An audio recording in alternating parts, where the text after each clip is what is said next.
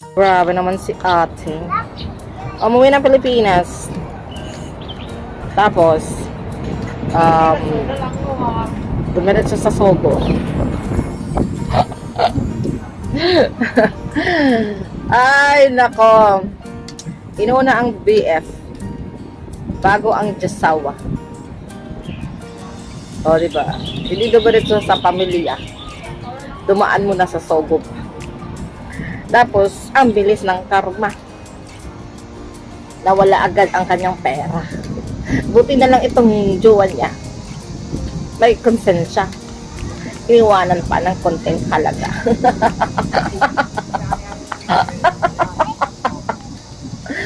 Kaya kayo guys, no?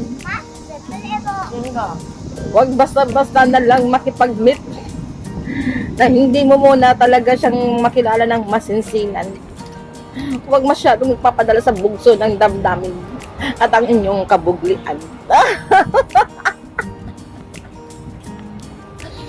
Masyado kayang meron ka namang asawa na dapat mo uwian para magamot ang inyong kabuglian. Pero bakit kailangan pa talaga maghanap ng iba? Anong meron? 'Di ba? Hindi natin pwede dahilan na ang ating asawa ay hindi maganda ang ugali niya. O bakit mo siya inasawa kung bakit naman pala ugali niya?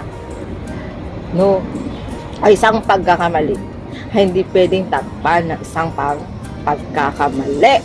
Yan lagi niyong tandaan. Kasi ang panandali ang kaligayahan ay hindi talaga yan. Panandalian nga, di ba? So yun lang guys, no? For today's video, makontento kayo. Bye!